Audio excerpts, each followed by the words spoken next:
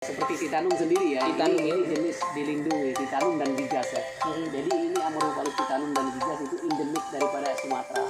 Jadi itu bunga yang paling besar, raksasa, dan bunga yang paling tinggi itu gigas. Assalamualaikum warahmatullahi wabarakatuh. Halo sahabat Jejak Musa.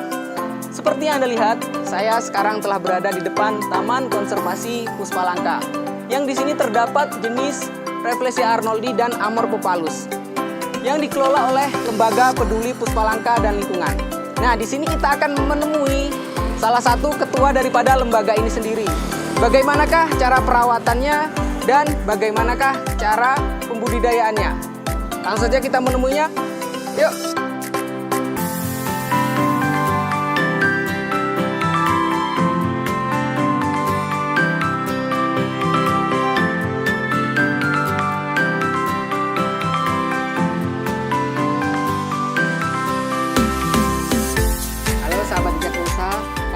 Kita telah berada tepat di samping daripada Ketua Lembaga Peduli Puspalangka dan Lingkungan yang ada di tempat ini. Sebelumnya kita boleh perkenalkan diri dulu Pak, dengan Bapak siapa? Oh, ya, ya, nama saya Holidin. Saya Bapak sebagai Holidin. Ya, Bapak Holidin sebagai pimpinan Lembaga Peduli Puspalangka dan Lingkungan. Jadi kami di lembaga ini bergerak di bidang konservasi yang sifatnya pelestarian puspalangka, dalam artian kita punya pemikiran agar puspalangka ini jangan hilang di muka bumi ini, supaya banyak anak muda atau orang-orang yang mau peduli dengan puspalangka, terutama kayak Rafflesia arnoldi, kemudian Amorphophallus, ada lagi puspalangka yang lain. Masih banyak lagi yang lainnya Pak ya. Kemudian latar belakang sendiri Pak. Latar belakang Bapak kan sebagai ketua tuh di sini. Latar belakang Bapak mendirikan lembaga ini apa Pak? Ya sebenarnya begini ya. Karena kondisi ya yang kita lihat kondisi alam ya terutama di Kabupaten Kepahyang. Jadi kondisi alam yang sudah banyak terganggu, banyak semacam perambahan, kemudian ada illegal logging mungkin seperti itu dikatakan. Nah, jadi habitat ini banyak yang terganggu yang di alam ya. Jadi kami punya pemikiran kalau tidak dilestarikan ini saya akan merasa nanti ke depannya kita akan kehilangan ya dengan puspalangka ini. Jadi begitu kita punya pemikiran ingin melestarikan supaya jangan sampai ini punah ya ke depannya. Jangan sampai ini punah.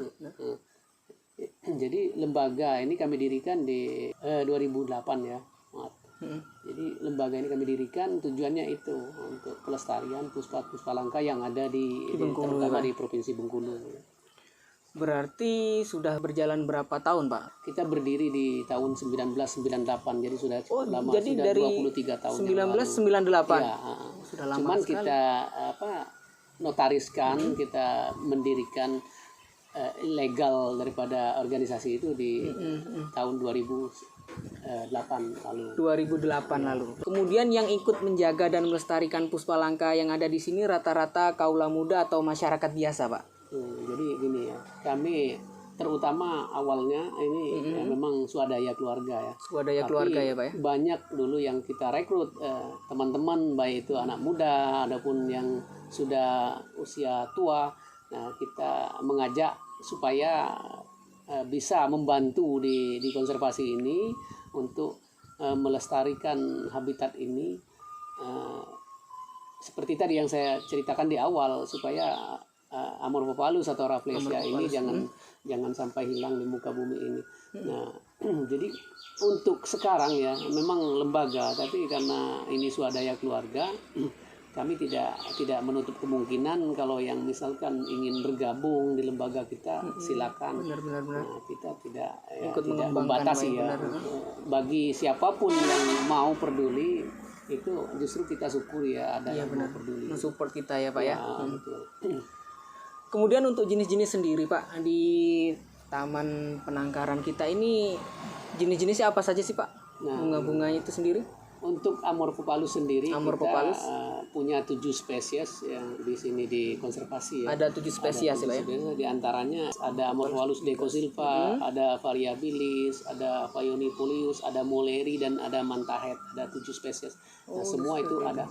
Nah, kemudian untuk Rafflesia sendiri kita sudah mencoba ya menangkarkan Rafflesia arnoldi dan Rhizantes. Nah, Sudah berhasil tuh, Pak ya. Dalam masih artian kami proses menganggap proses ini saya menganggap berhasil ya, karena tinggal waktu yang menjawab.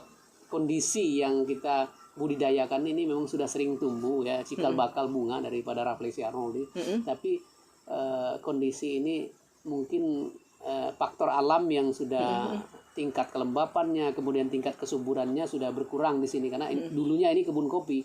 Jadi saya melihat di situ mungkin gagal mekarnya itu karena kondisi itu. Nah, harapan kami ke depan, kami tetap konsen mau membudidayakan baik Rafflesia ataupun Amorphophallus ini.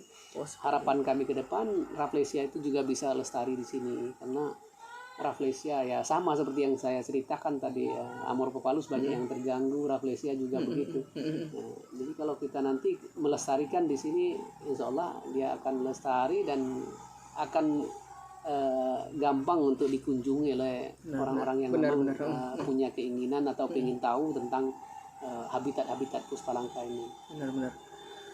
Kemudian untuk penangkaran, pengembangbiakan sampai ke perawatan nih Pak. Dari mulai dia fase tunas ya Pak ya bahasanya. Tunas kecil tuh sampai dia dibilang sempurna lah besar tuh dibutuhkan waktu berapa hari bahkan berapa bulan Pak? Nah, begini. Untuk Amorphophallus ya, saya sebenarnya nanti tadi di awal mestinya diceritakan. Iya benar-benar. Amorphophallus itu dia punya 2 siklus pertumbuhan yang unik seperti ya. itu. Karena fase vegetatif ini vegetatif, fase pohon dan fase generatif bunga itu dia tumbuhnya silih berganti di titik yang sama, di titik ini. Tapi kondisi kalau bibit seperti ini kita coba menanam dengan bibit yang kecil seperti ini, kita memang butuh waktu yang panjang ya. Sepengalaman kita belajar otodidak di alam itu butuh waktu 4 sampai 5 tahun baru dia bisa bersiklus dengan bunga. Karena sifatnya dalam ukuran tahun dia membesar umbinya, baru nanti umbi itu dewasa dan sudah mencukupi untuk suplai bunga, baru dia bersiklus dengan bunga. Namun kalau kita menanam vegetatif ya, nanti kita tanam ini dia akan selalu dorman atau mati nanti dalam memang siklusnya begitu. Nah kemudian dia akan tumbuh vegetatif, kembali tumbuh vegetatif. Iya, nanti tadi seperti yang saya jelaskan bahwa umbinya harus besar dulu. Nah, kalau berarti di besar, dalam tanah itu umbinya harus besar dulu ya Pak? Semakin membesar itu ukurannya kan semakin membesar. Jadi, benar-benar. setelah dewasa yang tadi saya sebutkan, nah itu nanti baru dia setelah vegetatif mati baru dia akan generatif. Nah setelah bersiklus vegetatif dan generatif itu akan selalu begitu. Kedepannya akan selalu vegetatif dan generatif. Berbeda tadi dengan yang tadi saya ceritakan yang kecil tadi itu dia akan selalu tumbuh vegetatif. Benar. Oh iya, jadi seperti itu ya Pak. Untuk masyarakat sekitar Pak, adakah program yang Bapak lakukan jika masyarakat sekitar ingin mengembangbiakan Pak ataupun menangkarkan daripada bunga-bunga bangkai yang ada di sini? Nah, kami sangat tertarik dengan pertanyaan begitu. Karena begini ya, semakin banyak orang yang tertarik untuk melestarikan habitat ini, jadi kita akan terbantu ya. Jadi setiap daerah nanti misalkan di wilayah Bengkulu banyak, mungkin di Bengkulu Selatan atau Bengkulu Utara, dimanapun di wilayah Bengkulu ini, bagi yang tertarik, nah kita justru bersyukur karena banyak yang mau melestarikan ini. Jadi ini kesempatannya dia untuk lestarikan akan lebih berkembang ya. Lebih berkembang. Iya. Jadi orang-orang juga lebih mengenal ya Pak ya, apa jenis-jenis daripada bunga bangkai ini tadi ya Pak ya. Benar-benar. Kemudian selama Bapak menjadi ketua lah, ketua konservasi ini sendiri atau lembaga ini, adakah Pak keluh kesah Bapak Pak? Boleh diceritakan sedikit Pak keluh kesahnya? Ya, benar? Sangat banyak sekali, banyak keluh kesahnya. Tapi kami yang saya tanamkan itu adalah kecintaan kepada dengan saudara, kecintaan benar. Dengan ini, jadi kita nggak bisa nggak bisa mengatakan bahwa kita capek ataupun bagaimana, nggak punya dana atau bagaimana. Namun kalau kita sudah punya kecintaan dengan ini, ya namanya sudah mencintai ya, tetap aja bawaannya wah enjoy dan senang aja. Kondisi bekerja, merawat, melestarikan ataupun membersihkan lokasi. Nah, itu sifatnya senang aja. Tapi begini ya, kadang-kadang mohon maaf mungkin kalau boleh saya ceritakan di sini, karena ini ya Puspalangka ini kadang-kadang di rumah sama anak sama istri sering ini, wah kamu ngurusin bunga terus tapi nanti anak-anak mau dibiayai sekolah pakai apa. Nah, tapi saya tetap kita harus sabar.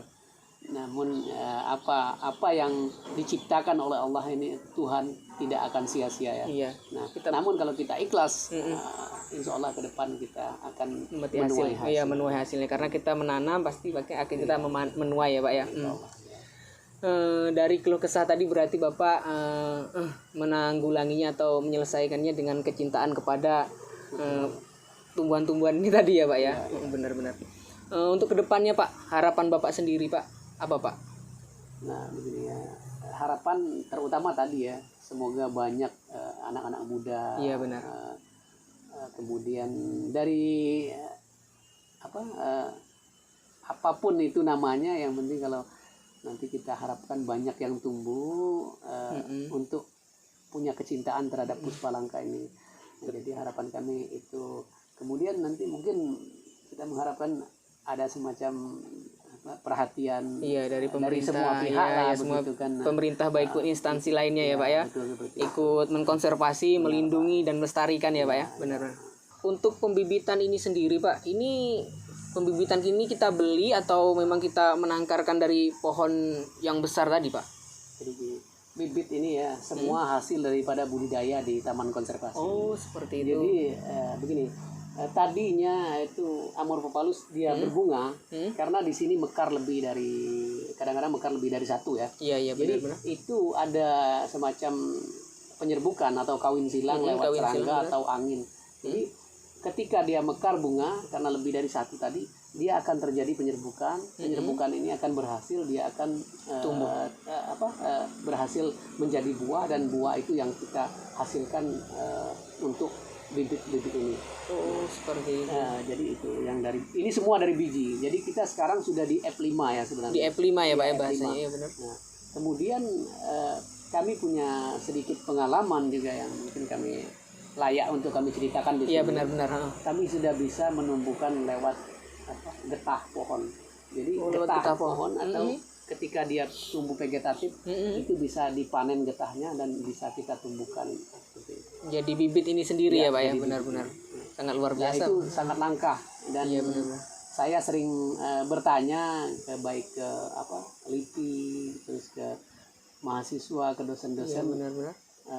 Belum, mereka mengatakan wah kok bisa begitu. Alhamdulillah kita bisa membudidayakan lewat itu. Jadi untuk Amorphophallus sendiri sebenarnya kita sekarang kalau kita sudah punya ilmu atau belajar otodidak di alam yang tadi saya sebutkan, insya Allah kita tidak akan kehilangan Amorphophallus karena banyak yang bisa dilakukan di situ. Benar. Karena ini kan salah satu yang Puspalangka ya Pak ya dunia, bahkan hanya ada di Indonesia Pak ya.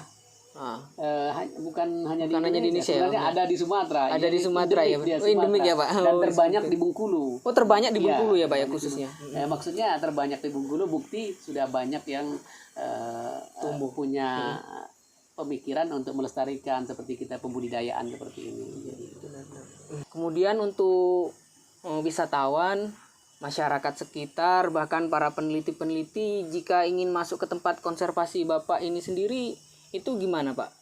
Jadi gini ya, kami di sini di Taman Konservasi tidak membedakan untuk semua orang. Iya benar, nggak membedakan. Siapapun yang ingin datang berkunjung, kita siap melayani dengan senang hati.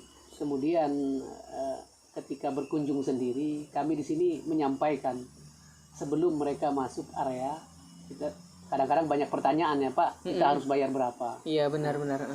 Kami menjawab begini ya, kami sampai saat ini kami belum mematok untuk wisatawan ataupun peneliti-peneliti itu yang untuk masuk yang punya kepentingan di taman konservasi. Jadi kata bahasanya itu ya seikhlasnya seperti seikhlasnya, itu. Ya benar, ada semacam kotak sumbangan yang kita taruh di depan. Nah nanti itu mereka sendirilah yang Iya, punya benar. pemikiran. Punya pemikiran. Ya, mau kasih berapa. Untuk luas taman konservasi kita ini berapa Pak luasnya? Jadi luas area dari taman Luas areanya, konservasi ini yang kami kelola oleh Lembaga Peduli Puspalangka dan Lingkungan ini ada 3 hektar semua ya. Ada 3 hektar Pak ya? 3 hektar. Cuman di area 3 hektar ini belum tertata semua karena sering terjadinya kayak semacam adanya hama ya, kayak babi hutan. Jadi kita sangat punya kendala terjadinya pengrusakan terhadap Puspalangka ini. Makanya area yang 1 hektar ini kita fokuskan dulu untuk pelestarian ini. Dan nanti kita tidak menutup kemungkinan 3 hektar ini mungkin kita masih kurang nanti kan. Masih bisa ke depan kita akan bisa ditambah lagi kalau ya, Pak? ada semacam pendanaan nanti kan kita bisa menambah area ini ya Pak, lebih luas lagi kan. Benar-benar. Adakah Pak dalam waktu-waktu terdekat ini mungkin bunga-bunga jenis Armor papalus ini tadi mekar Pak? Nah, yang sudah dapat diprediksikan ya ada 3-4 bulan ke depan itu akan ada mekar yang di area konservasi. Tapi dalam kurun waktu itu mungkin tidak menutup kemungkinan nanti akan ada mekar sebelum 3 atau 4 bulan itu, karena begini ya. Karena sering terjadi kapan kita survei, tadinya titik yang tadi kita survei ada Amor papalus itu, ternyata lokasi ini sudah dirambah oleh warga. Nah, itu bisa kita ambil ya, karena nanti kalau tidak diambil yang sudah dirambah oleh warga ini, mereka akan memakai herbisida segala macam kan, meracun rumput. Dia akan kena itu, akan membusuk dan akan punah di situ. Makanya seperti saya ceritakan ya, tidak menutup kemungkinan mungkin dalam 1 atau 2 bulan ini dia akan ada mekar di sini. Ada mekar di sini ya Pak ya, di taman konservasi kita sendiri ya Pak ya. Mungkin terakhir Pak, boleh berikan kesan dan pesan Pak bagi masyarakat sekitar Pak, kepada masyarakat luas. Berpesan kepada luas, baik di Provinsi Bengkulu ataupun di luar Provinsi Bengkulu. Kita sama-sama menjaga agar Puspalangka ini tetap besar. Yang belum mengenal daripada Puspalangka itu sendiri boleh untuk datang ke sini, sama-sama belajar tentang kita supaya ya Puspalangka ini tetap terjaga ya. Kemudian kesannya mungkin Puspalangka ini sendiri karena bunga ini bunga raksasa ya, yang endemik Sumatera dan memang bunga langka seperti itu.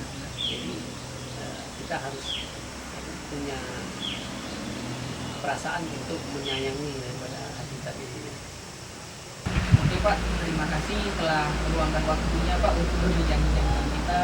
Terima kasih telah memberikan ilmu tentang seputaran bunga Amor papalus dan Rafflesia ini sendiri. Semoga taman konservasi yang Bapak budidayakan di sini semoga semakin berkembang, semakin maju, dan semakin dikenal masyarakat luas, luar kota maupun mancanegara tentunya Pak. Itulah tadi sahabat Jejak Musa, perbincangan kita dengan Bapak Holidin, Ketua Lembaga Pengelolaan Konservasi ini sendiri. Mungkin setelah kita berbincang-bincang ini Pak, boleh kita melihat-lihat Pak terlebih dahulu bunga-bunga yang besarnya Pak.